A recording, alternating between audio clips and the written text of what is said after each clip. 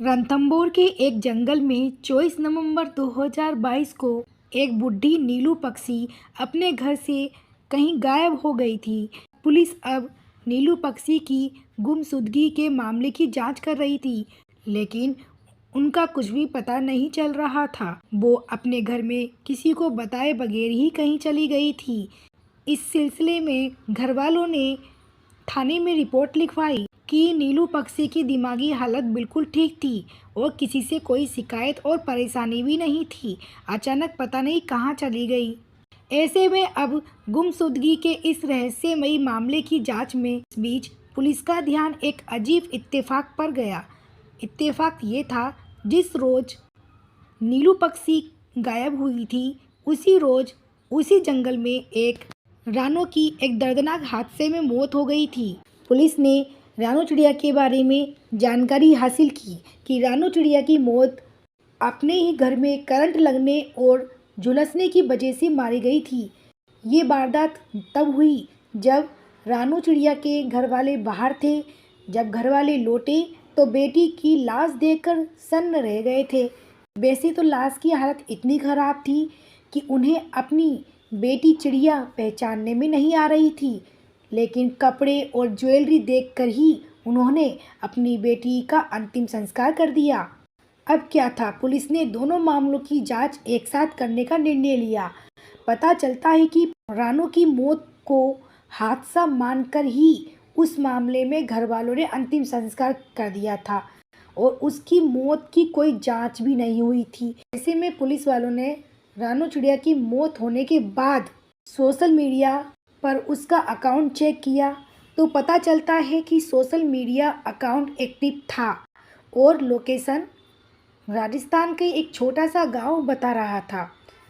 अब police staff team को लेकर जल्दी से उसी गांव में पहुंचती है और वहां देखती है कि रानो चिड़िया जिंदा थी।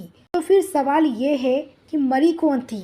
जवाब है कि मरी थी रानो के जंगल में रहने वाली बूढ़ी चिड़िया नीलू थी।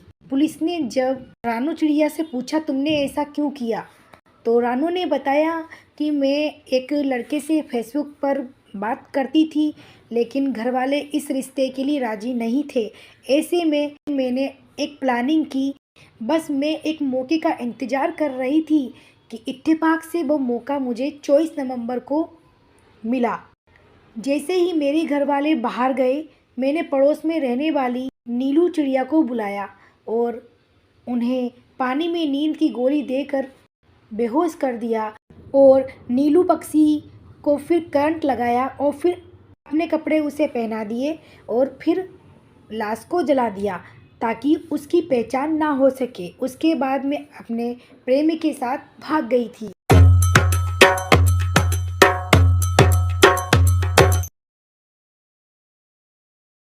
सुनो जी, मैं जा रही हूँ अपनी माँ के पास। हाँ हाँ जाओ, मैं थोड़े ही रोक रहा हूँ।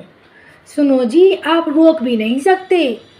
हाँ, आए बड़े रोकने वाले। चल गुड्डू अपनी नानी के पास। कालू मन ही मन खुश हो रहा था। काली अपने बेटे के साथ अपनी माँ के पास चली जाती है। कालू भी अपने दोस्त कबूतर के पास जाता है। कबूतर भाई, काली गई मायके, कम से कम घर में शांति रहेगी, नहीं तो वो रहती है तो मेरा दिमाग ही खा जाती है। माँ, काली तुम अब की बार कालू से लड़ाई करके तो नहीं आई हो ना? अरे नहीं नहीं माँ, वो क्या है ना, गुड्डू की स्कूल की छुट्टी है तो मैं आपके पास चली आई। नानी, मैं जा रहा हूँ घूमने। गुड्डू, कोई बदमाशी मत करना। ठीक है नानी। गुड्डू उड़ता हुआ जाता है और एक पेड़ पर बैठ जाता है। तभी वहाँ एक कौई आती है।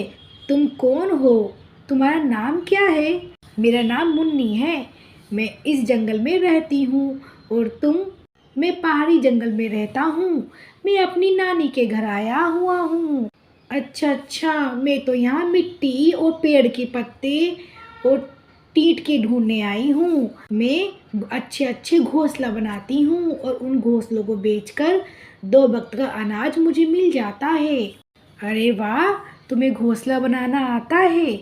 हाँ हाँ, मेरी माँ ने मुझे घोंसला बनाना सिखाया है। तुम्हारी माँ और पापा कहाँ है? मेरे पापा मम्मी एक हादसे में गुजर गए, मैं अकेली हूँ। मुन्नी जी, मुझे आप बहुत पसंद हो, मैं आपसे शादी करना चाहता हूँ। गुड्डू जी, आपकी मम्मी मना नहीं करेगी क्या? अरे नहीं नहीं मुन्नी जी, मेरी मम्मी मना नहीं करेगी। बेचारी मुन्नी भी क्या करती, वो भी अपने लिए कहीं न कहीं आश्रय ढूंढ रही थी, और गुड्डू और मुन्नी दोनों उड़ जाते हैं। माँ, ये मुन्नी है, मुझे जंगल में मिली है और ये अकेली रहती है, इसे घोंसला बनाना आता है। अच्छा बेटा, तो तुम अपने लिए खाने की व्यवस्था कर लेती हो?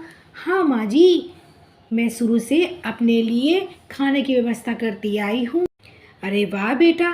मामा, आपको तो पता है मेरा पति तो निकम्मा है, यही हम सबके लिए खाने की व्यवस्था कर लिया करेगी, क्यों न मैं इसको हाँ कर दूँ। हाँ हाँ बेटा, ये मुन्नी है, इसकी माँ भी बहुत मेहनती थी और ये भी बहुत मेहनती है। बेटा, आज से तुम हमारे साथ रहना, चलो घर। गुड्डू, मुन्नी और काली कौई अपने घर चले जाते हैं। ये सुनते हो, ये हमारी बहू है। कालू तो डरता था अपनी पत्नी से, वो क्या बोलता, वो चुप ही रहा। चलो मुन्नी, तुम खाना ढूंढ कर लाओ।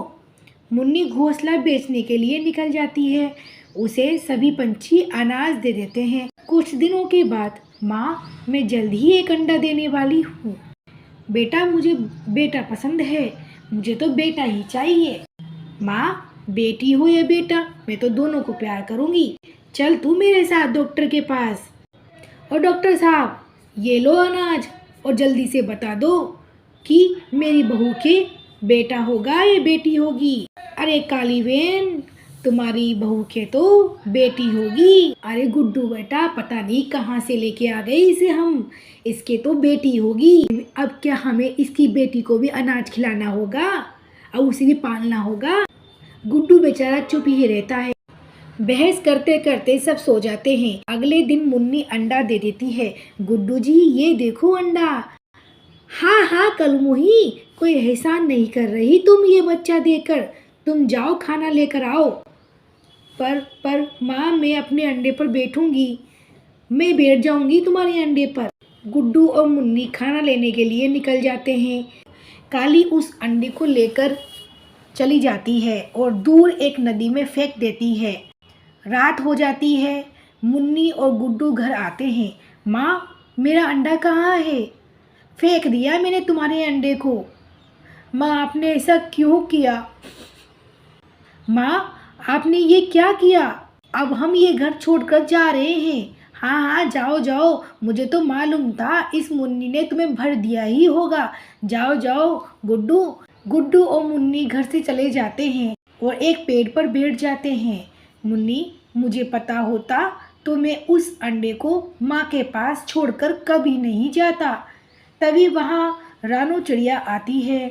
तुम्हारी माँ ने ठीक नहीं किया, पर तुम चिंता मत करो गुड्डू, जब तुम्हारी माँ अंडा फेंक रही थी तब मैं वहीं थी, मैंने तुम्हारा अंडा बचा लिया। गुड्डू और मुन्नी खुश हो जाते हैं। मुन्नी एक अच्छा सा घोंसला बनाती है और उसमें रहने लगती है। एक दिन काली और कालू कौआ खाना ढूंढने निकल गए थे। तभी अचानक बारिश होने लगती है। एक बिजली का झटका कालू और काली के ऊपर गिर जाता है। काली और कालू का पंख टूट जाता है। कालू जी, मैं जिंदा हूँ, क्या हो गया हमारे साथ? अगले दिन ये खबर गुड्डू और मुन्नी को पता चलती है। वो दोनों जल्दी से अपनी माँ और पापा को साथ अपने घर ले आते हैं।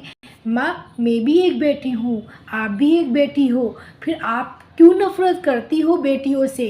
काली कौई कुछ नहीं बोलती और रोती ही रहती है। आपको ये कहानी कैसी लगी? अच्छी लगी तो सब्सक्राइब करें मीशू टोनी टीवी।